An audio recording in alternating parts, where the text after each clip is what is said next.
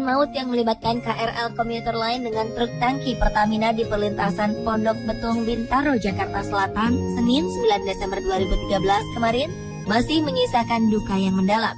Di balik tragedi ini terselip kisah unik. Sehari setelah kejadian tragis itu, seorang pria misterius berkostum Kamen Rider RX Gyo tiba-tiba hadir di lokasi kecelakaan maut.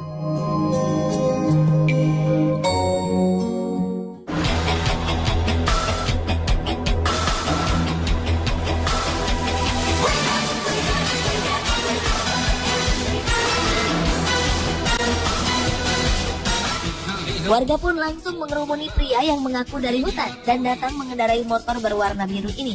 Sosok Kamen Rider RX Gyo, tokoh Satria Nan Gagah Berani itu sontak menyedot perhatian anak-anak yang menyambutnya dengan sorak gembira. Di sana, sosok Kamen Rider duduk di atas motornya dan dengan sabar meladeni anak-anak kecil yang ingin bercengkrama dengannya. Dia kemudian turun dari motornya lalu melihat-lihat lokasi kejadian. Anak-anak membuntuti Satria ini. Namun ketika ditanya identitasnya, pria itu menolak membeberkannya. Selain dipuja, kehadiran Kamen Rider ini juga menuai olokan dari bocah-bocah SD yang mengatakannya sebagai pahlawan kesiangan. Meski demikian, pria itu tetap acuh dan meninggalkan lokasi setelah melihat-lihat sekitar 10 menit. Paling tidak, kehadiran Kamen Rider RX Gyo di lokasi kecelakaan maut ini bisa menjadi semacam trauma healing bagi masyarakat sekitar lokasi kecelakaan, terutama bagi anak-anak kecil yang secara tak langsung terguncang psikisnya usai kejadian kecelakaan maut itu. Menurut sebuah sumber, pria berkostum tokoh pahlawan ini adalah pria bernama Breda. Ia merupakan seorang pilot pada sebuah maskapai penerbangan. Selama ini dirinya memang dikenal sebagai pecinta karakter tersebut, sehingga ia mengoleksi baju Satria Baja Hitam. Ia mengaku bila dirinya hanya ingin melihat-lihat lokasi kejadian, tak berniat untuk menolong. Ia menjelaskan bila dirinya sedang berkeliling santai sambil memanasi motor belalang tempurnya di wilayah lokasi kecelakaan yang ia sebut daerah patroli. Lokasi ini memang tak jauh dari tempat tinggalnya.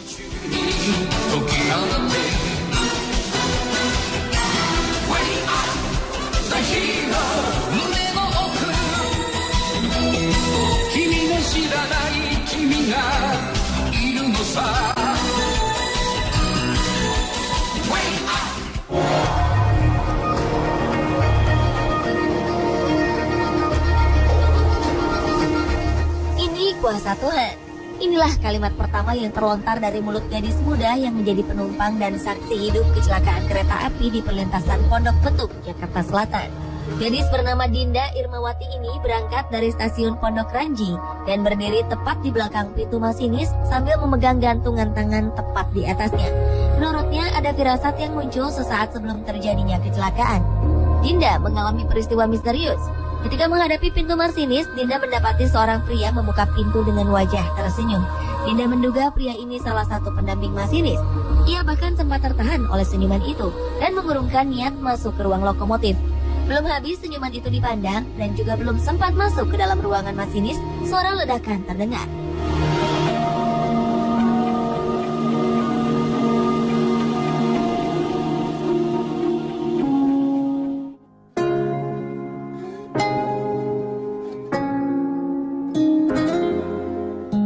Di sisi lain, Sofyan Hadi, teknisi kereta api naas berusia 21 tahun ini, disebut-sebut menjadi salah satu pahlawan dalam tragedi Bintaro 2. Mungkin Sofyan hanyalah orang biasa, namun keberaniannya menyelamatkan penumpang dan merelakan nyawanya sendiri melayang dalam kecelakaan maut mengharumkan namanya.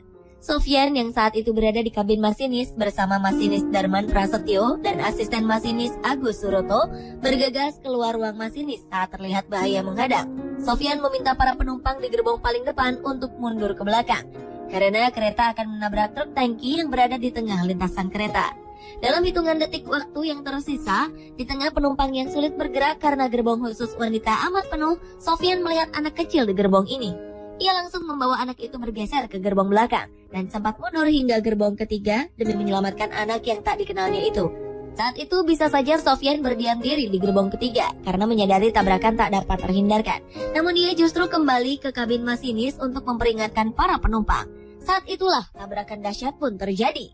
Api berkobar melalap kabin masinis dan gerbong pertama kereta hingga menewaskan Sofyan dan kedua rekannya seketika. Jasad mereka pun ditemukan bertumpukan di kabin masinis.